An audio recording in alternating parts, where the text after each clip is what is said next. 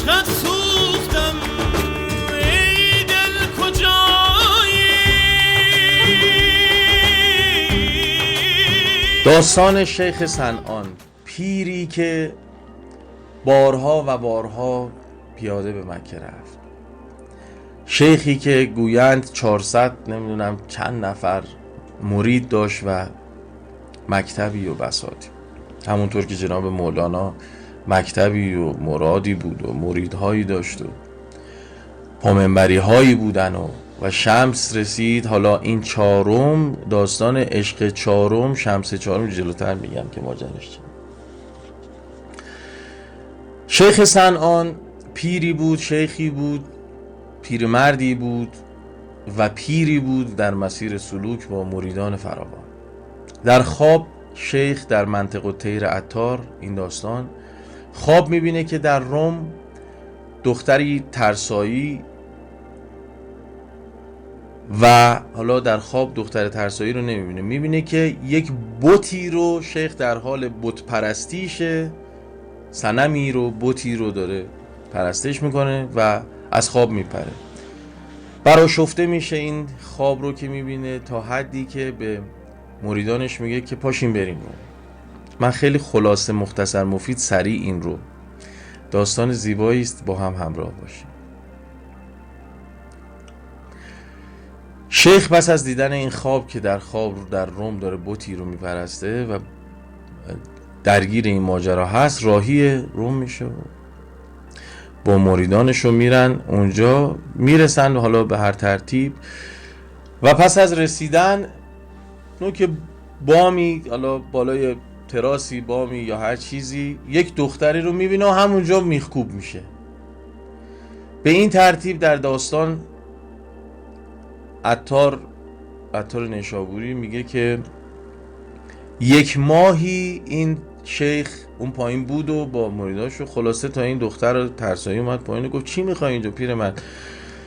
شیخ به هم میریزه و میگه 1 ماه تو میدونی من داستان چیه، گرفتار شدم و تازه اومدی میگی چی میخوای اینجا؟ دختر یهو برآشفته میشه، میگه یعنی چی؟ میگه خب بابا من گرفتار تو شدم. میگه گرفتار چیه پیرمرد؟ تو وقت کافور و کفنته، گرفتار چی شدی؟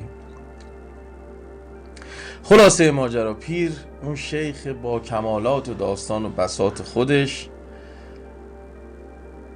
میگه که آقا ما گرفتار شدیم و حالا سری برم سر اصل مطلب، که دختر ترسایی به معنی مسیحی، میگه که اوکی، این بازیه که یه سری شرط داره، اگر میخوای، میبینی گرفتار شده این بابام ولکن ماجرا نیست.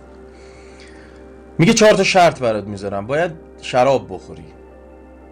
به شیخ مسلمان، به شیخی که با مریدان فراوان عمری در حال، خلاصه ماجرا، قرآن بسوزانی، بت بپرستی و دینت رو عوض کنی، اون وقت من برای تو میشم.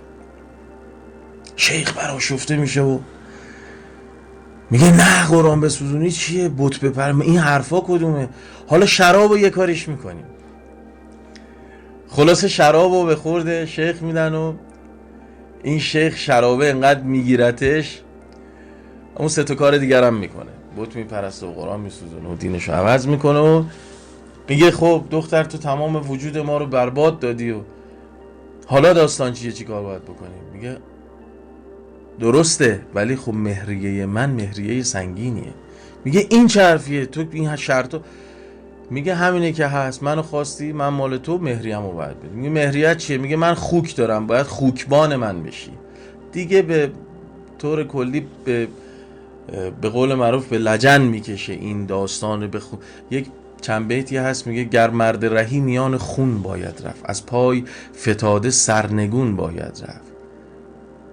نگو داستان چیه، خود راه بگویدت که چون باید رفت. خلاصه مریدا میبینن که پیر خوکبان این دختر ترسایی شده، بسن میبرن دیگه. میگن چیکار کنیم؟ و شیخ میگه برید داستان منم برای همه تعریف کنید، تاکید میکنه. برمیگردن به مکه و یکی از مریدانی که خیلی سرسخت بوده. میگه چی شد شیخ ما کجاست و اینا. داستان تعریف هم میگه ای خاک بر سر شما که مرید نبودید، پشت مرادتون اگر اون کارو کرد شما هم باید زنار میبستید، شما هم باید پیروی میگه همون کارا رو باید میگه. پاشین بریم اونجا. پا میشن میرن و تو راه میبینن که تو راه میخوابن و خواب میبینن که شیخ حالش خوب شده و داره میاد اون مریده میبینه. خلاصه سریع بگم خدمتتون، داستان به اینجا میرسه که شیخ وقتی که میرسن تر و تمیز، انگار که روز از نو، روز از اول ماجرا تنظیمات کارخونه خیلی شسته رفته، وایساده و آماده رفتن. میگه بریم من اوکی شدم و حالم خوب شده به نقطه. خلاصه برمیگردن در راه، یهو شیخ وای میسه میگه دختر ترسایی داره میاد. دوباره مریدان میگن ای بابا بازی از اول شروع شد.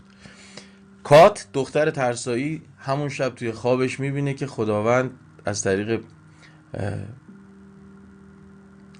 قاصدی پیغامی میفرسته که این فرد رو ما در زندگی تو وارد زندگی تو کردیم که شکوفا بشی، تو نفهمیدی قدرشونه.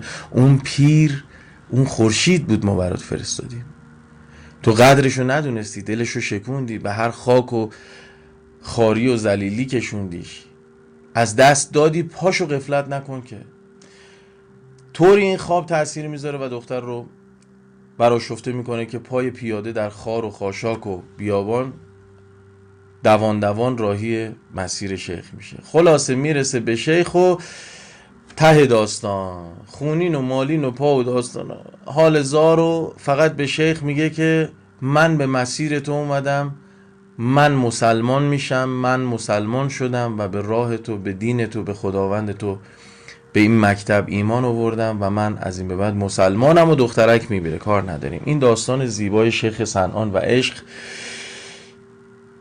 فلشبکی برسیم به این بیت که عاشقی گر زین سر و گر زان سر است، عاقبت ما را بدان سر رهبر است. هرچند اون شیخ به رسوایی کشیده شد. نکات جالبی در اون داستان بود که همینجا هم جناب مولانا اشاراتی در ابیات مختلف، این بار من یک بارگی در عاشقی پیچیده ام، این بار من یک بارگی از عافیت ببریده ام.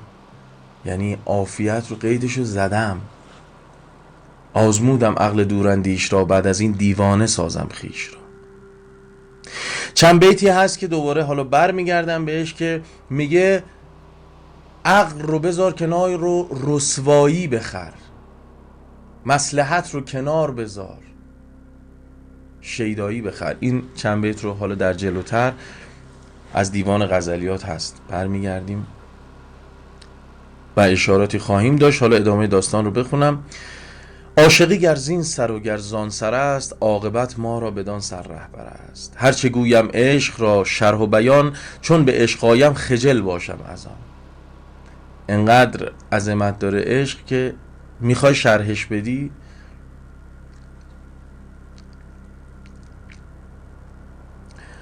گرچه تفسیر زبان روشنگر است. میگه گرچه من میتونم الان توضیح بدم که عاشق شدم، چه عشقی، چی بگم، از کدوم سر شروع کنم، گرچه با زبان میتونم توضیح بدم ولی گویا نیست. لیک عشق بی زبان روشن‌تر است. میگه اصلا آن نقطه خاموشی در حرف نمی گنجد. چون قلم اندر نوشتن می شتاف، چون به عشق آمد قلم بر خود شکاف. میگه همینجوری که داشتم می نوشتم به عشق که رسیدیم مثلا قلم خودش تیکه پاره شد. عقل در شرحش چخر در گل بخفت، شرح عشق و عاشقی هم عشق گفت. میگه باید فقط کسی عشق رو بچشه تا بشه بفهمه، درک بکنه ماجرا چیست، و الا گفتنش اصلا فایده نداره. آفتاب آمد دلیل آفتاب. میگه شما زمانی میتونی بفهمی آفتاب چیه که آفتاب رو ببینی، وگرنه کی میتونه توضیح بده آفتاب چیه؟ گر دلیلت باید از وی رو متا، اگر درگیر ماجرا شدی رو تو بر نگه. اگه آفتابی رسید و شمسی پیدا شد، میگه گر مرد رهی میان خون باید رفت، فرار نکن. تا گریزی از این آتش تجربه، ترش و خامی چون خمیر. تازه آتش می گریزی، ترش و خامی چون خمیر. عشق صدات کرد بدو دنبالش، رسوایی بخر. برعکس تمام دوستانی که میگن عقل و عقل و عقل، آقا نمیرسونه به اون جایی که باید برسونه، در حد امرار و معاش دم دستی روزمره بود.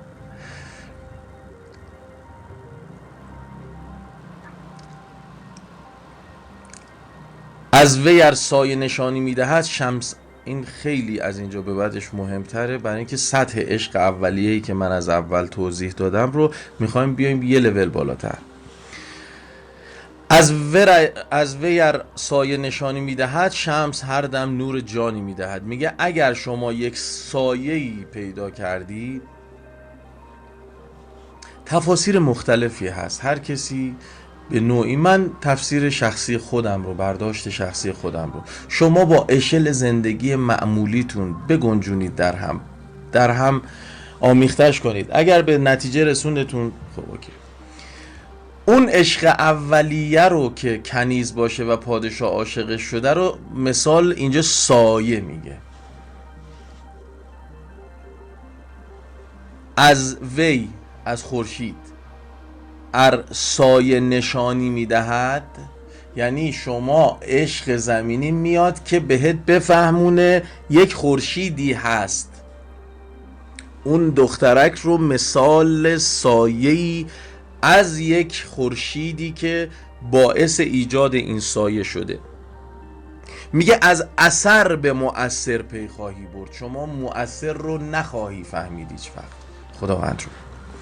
از وی ار سایه نشانی میدهد شمس هر دم نور جانی میدهد. میگه از این سایه بگیر، از عشق زمینی بگیر. عاشق شدی، عاشق یک کنیز شدی، آقا پسر عاشق یک دختر خانومی شدی، دختر خانوم عاشق یک آقا پسری شدی، مبارک باشه. از این سایه، از این عشق، از این عشق برو به دنبال سرچشمه.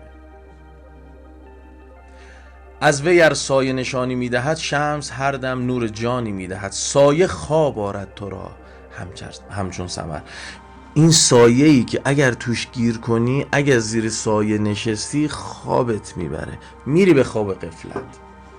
خوبه، عاشق شو، عاشق عشق زمینی شو، ولی درگیرش بشی میری تو ماجراهای حال بد و خواب غفلت میگیرد، قطار میره، جا میمونی. سایه خواب آرد تو را همچون ثمر، چون برآید شمس. این شق القمری که شما قراره اتفاق بیفته معجزه، در صورت فهمیدن شمس هر دم نور جانی میدهد. اون داره دائما میتابه. از وی ار سایه نشانی میدهد، سایه خواب آرد تو را همچون ثمر. حواست نباشه به غفلت میری. چون برآید شمس انشق القمر. اگر تو متوجه اصل شمس شدی، شق القمر رخ میده، معجزه رو تازه متوجه میشی. خود غریبی در جهان چون شمس نیست، شمس جان باقی است کو را امس نیست. گرچه این شمس خیلی پرواضح شمسه، ولی از این سادگی خیلی زیاد انسان نمیبیندش. مثل اکسیژنی که شما نفس میکشی، تا نباشه نمیفهمی اکسیژن چی بود. تا حالا به اکسیژن فکر کردین؟ تا دود نباشه ما اصلا فکر میکنیم اکسیژن چیه. تا حس خفگی نباشه اصلا تا حالا شما به غذا فکر میکنی، به خور و خواب و خشم و شهوت میپردازیم من و شما، ولی اصلا فکر میکنیم که اکسیژن، نفس، زندگی، نفس کشیدن. هیچ وقت شاید ما تا آلودگی و خفگی نباشه اصلا فکر نکنیم به این نعمت. اکسیژن شق القمر معجزه است، ولی من و شما غافلیم ازش، در سایه گیر کردیم. شمس در خارج اگر چه هست فرد، میگه اون خورشید در یک سطحی، اگر در یک فردی به ظاهر در میاد و سر راه شما قرار میگیره، میتوان هم مثل او تصویر کرد. میگه از این شمس شما به یک تصویر دیگه ای باید برسی. شمس جان کو خارج آمد از اسیر، نبودش در ذهن و در خارج نظیر. میگه اگر اون شمس اصلی از اون بیس کامل اسیری به نمایان شدن برسه، نبودش در ذهن و در خارج نظیر. مثلا تو ذهن نمی گنجه، تو همچین چیزی در خارج نظیری نیست که بشه مثال زد بر. شما فقط فعلا میتونی در حد همون عشق زمینی تجربه کنی، اون حاله رو، اون قصه رو، اون ماجرا رو از اونجا به یک نقطه‌ای برسی. در تصور ذات او را گنج کو. میگه تصور بخوای بکنی ذات اصلی اصلا نمی گنجه در ذهن ما تا درآید در تصور مثل او. چون حدیث روی شمس الدین رسید، شمس چهارم آسمان. ببینید بحث شمس الدین شاید به ظاهر شمس تبریزی باشه، ولی شمس الدین خورشید راه، الف و لام یعنی راهی که قابل شناخته، میشناسیمش، معرفه است، نکره نیست، الف و لام معرفه است. مثل الهی که الله شد، الف و لام اولش معرفه کردش، قابل فهم و درک، اون خدایی که همه میشناسنش. شمس الدین یعنی اون راهی که همه میدونن در وجودشون، خورشید شمس الدین، خورشید راه. یا به عبارت میگه لا اکراه فی الدین، یعنی در دین، در راه شناخت حقیقت هیچ اجباری نیست. حالا این بحث مفصل دیگه ای.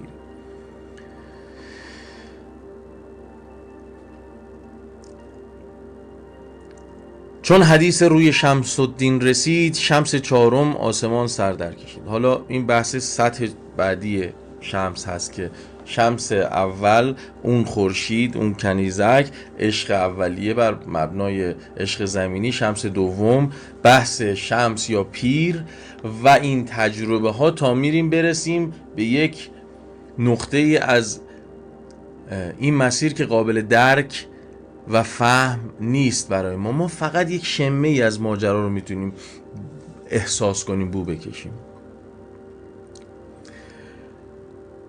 واجب باید چون که آمد نام او، شرح کردن رمزی از انعام او. میگه من حالا که دیگه این بحث خورشید راه اومد، یه ریز توضیحاتی باید از نعمتهایی که از اون سمت رسیده بگم. این نفس جان دامنم برتافته است، بوی پیراهان یوسف یافته است. ماجرای پیراهن یوسف که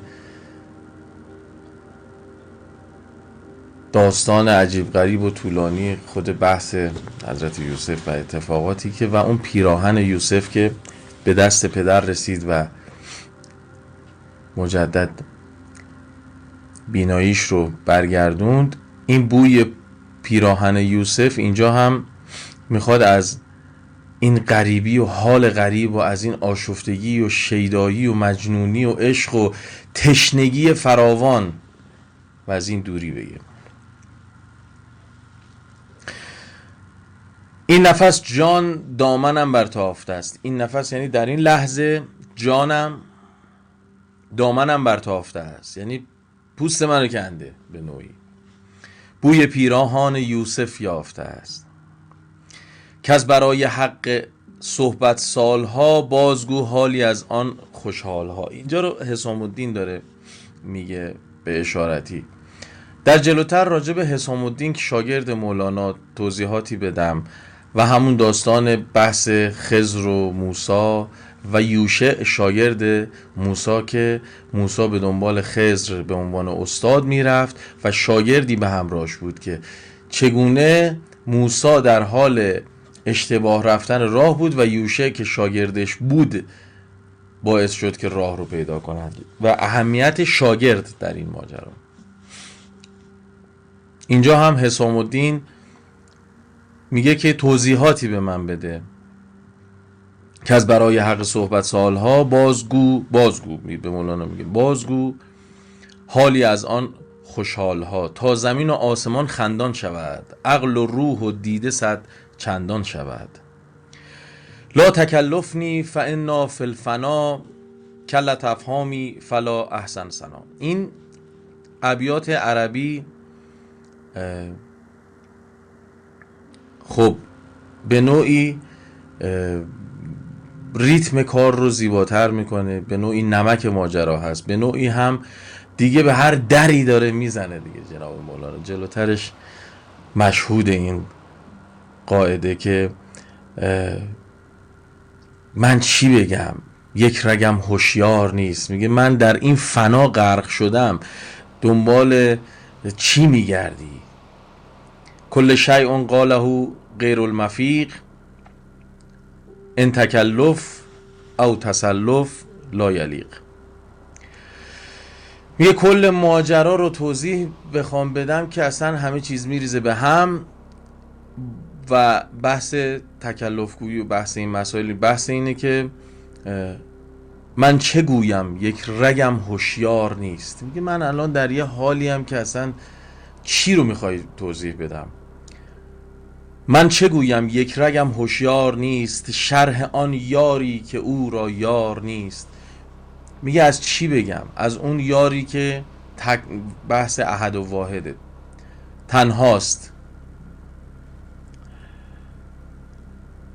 به نوعی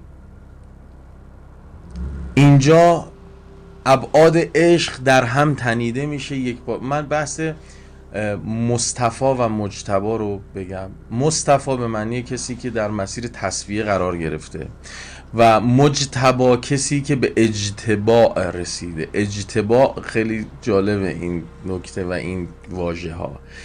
همونطور که مصطفی یعنی به صافی و صوفی و تصفیه نزدیک شدن و رسیدن و رد شدن، مجتبی به اجتباع رسیده یک کلمه با مفهومی بسیار عمیق. مجتبی یعنی کسی که رشته های افکارش به اجتباع رسیدن، تنابی رو میگن که رشته هاش بازه از هم و همه چیز جمع بشه، منسجم بشه، به یک نقطه بپیونده.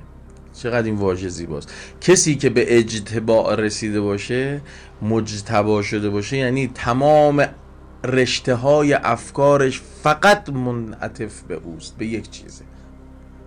کسی که به توحید رسیده، به وحدانیت رسیده، موحد شده.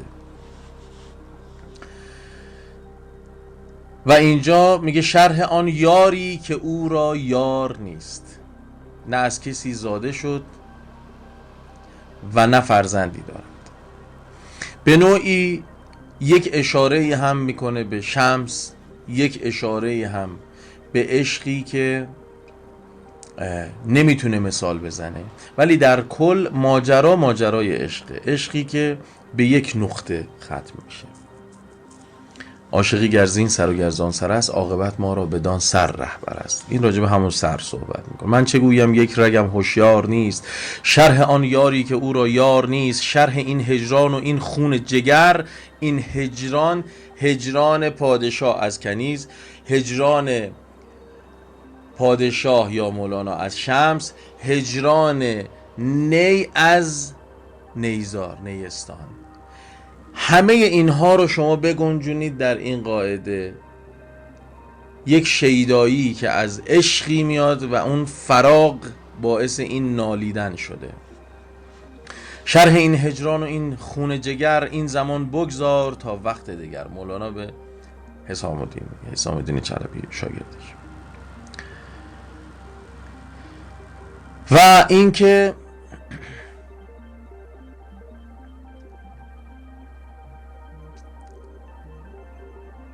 به نوعی در چند بیت عربی دیگه دوباره میگه که بگو و من رو سیراب کن و حالا فی الوقت سیف القاطع، یعنی زمان شمشیری است برنده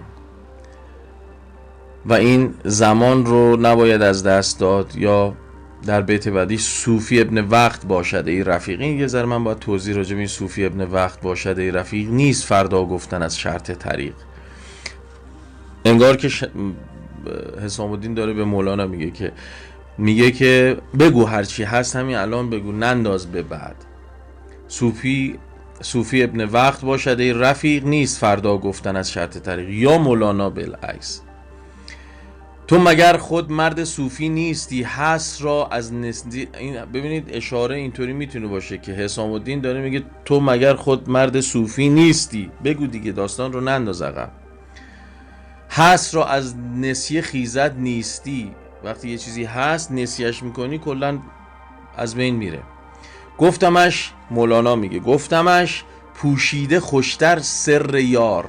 حالا دوباره یار در 4 سطح عشق زمینی، شمس و اصل ماجرا خداوند و ذات اصلی که عدم هیچ قابل درک نیست. گفتمش پوشیده خوشتر سر یار، خود تو در ضمن حکایت گوش دار. میگه از خود حکایت مطلب رو متوجه شو.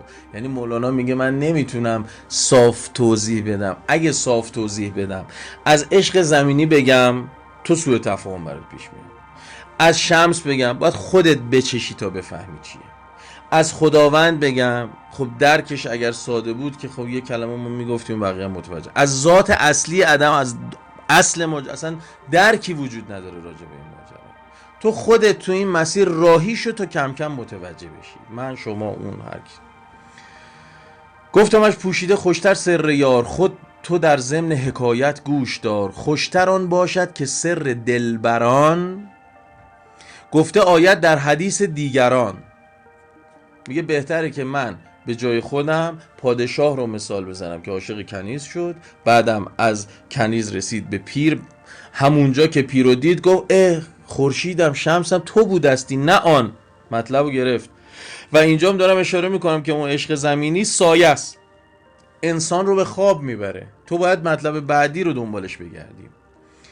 گفت مکشوف و برهنه بی قلول، بازگو.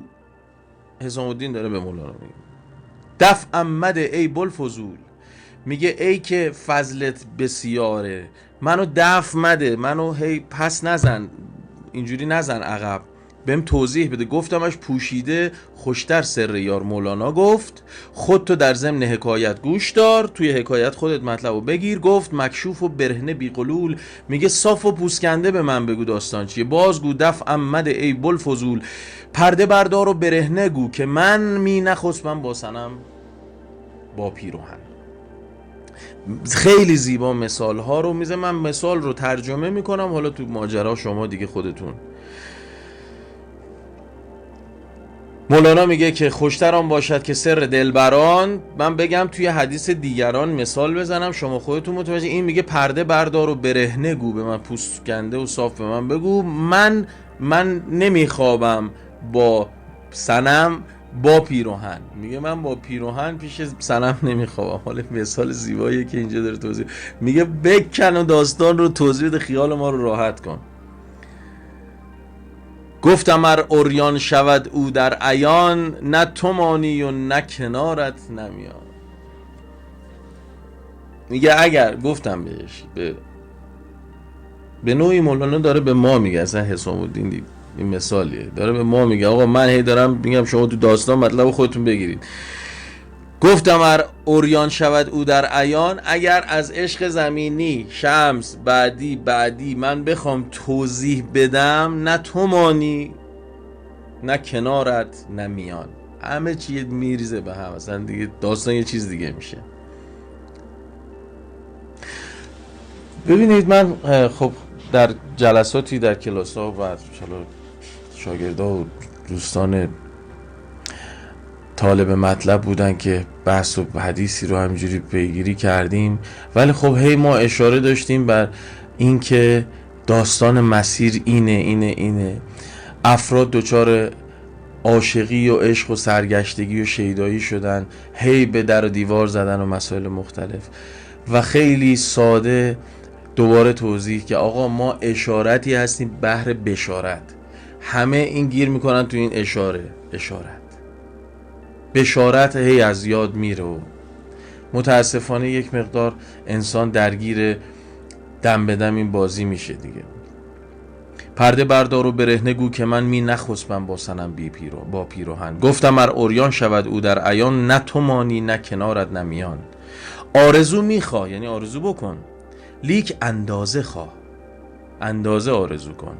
بر نتابد کوه را یک برگ کاه. یه برگ کاه نمیتونه کوه جابجا کنه رو دوشش بگیره. این مثال رو داره میزنه، میگه درک بحث ماجرا انقدر حجمش زیاده که یک مثالی مثل کوهی میمونه که تو یه برگ کاه چی رو میخوای رو دوشت بندازی حرکت کنیم. آفتابی کزوی این عالم فروخت، میگه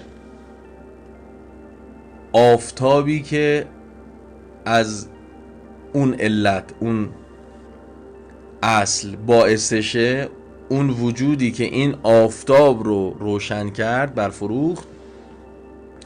اندکی گر پیش آید جمله همش خواهد سوخت. جمله یعنی همه چیز با هم میسوزه. آفتابی که از وی این عالم فروخت، اندکی گر پیش آید جمله سوخت. اگر یه ذره این خورشید بیاد نزدیکتر، خورشید که هیچی،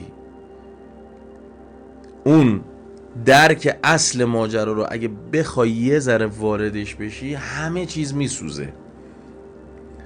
فتنه و آشوب و خونریزی مجوی، بیش از این از شمس تبریزی مگوی. این ندارد آخر از آغاز گوی، رو تمام این حکایت بازگوی. ببینین ساده میگه فتنه و آشوب و خونریزی مجوی، نخوا که فتنه و آشوب بشه. بیش از این از شمس تبریزی مگوی. ببینید برای من و شما شاید شمس تبریزی که اینجا میشنویم بگیم مثلا حالا یک آدم چه ماجرایی داشته که مولانا میگه اگر من از شمس تبریزی بگم فتنه و آشوب و خونریزی را میفته این مسئله. نه، ماجرای عشق ماجراییه که به گفتن نیست. هر کسی از یک اپسیلون داستان بخواد متوجه ماجراشه انقدر دچار حمله و سردرگمی و سوء تفاهم میشه که اصلا شما رو طرد میکنه، از همه چیز همه ماجرا میریزه به هم. اینه داستان مسیر عشق، نه خود شمس تبریزی. فتنه و آشوب و خونریزی مجوی، بیش از این از شمس تبریزی مگوی. میگه که مسیر عشق پر آشوب و آفت است ای دل، بیفتد هر آن که با شتاب رود. این ندارد آخر، یعنی حساب میگه این ته نداره. از اولش بگو ماجرا داستان چی بوده، رو تمام این حکایت بازگوی. برو و تمام این چیزی که شنیدی رو بازگو کن. یعنی این که کل حکایت رو باید در جریانش قرار بگیری تا شما هم درک کنید ماجرا چیه. اینجوری نیست که به بسم الله بگه عشق، شمس، خدا، کنیز، ما بگیم ای به به چه عجب. باید غرق ماجرا شیم. هر که جز ماهی ز آبش سیر شد. یعنی من و شما اگر دنبال آگاهی هستیم باید شناور باشیم در این دریای آگاهی. آن که بی روزیست روزش دیر شد. اون کسی که بشارت نمیگیره، اون کسی که الهام نمیگیره، اون کسی که در ارتباط و اتصال و شهود و سلوک قرار نمیگیره، صبح تا شب براش فقط میشه رنج. در میان قوم موسی چند کس بی ادب گفتند کو سیر و عدس. منقطع شد خوان و نان از آسمان، ماند رنج زرع و بیل و داستان. عشقت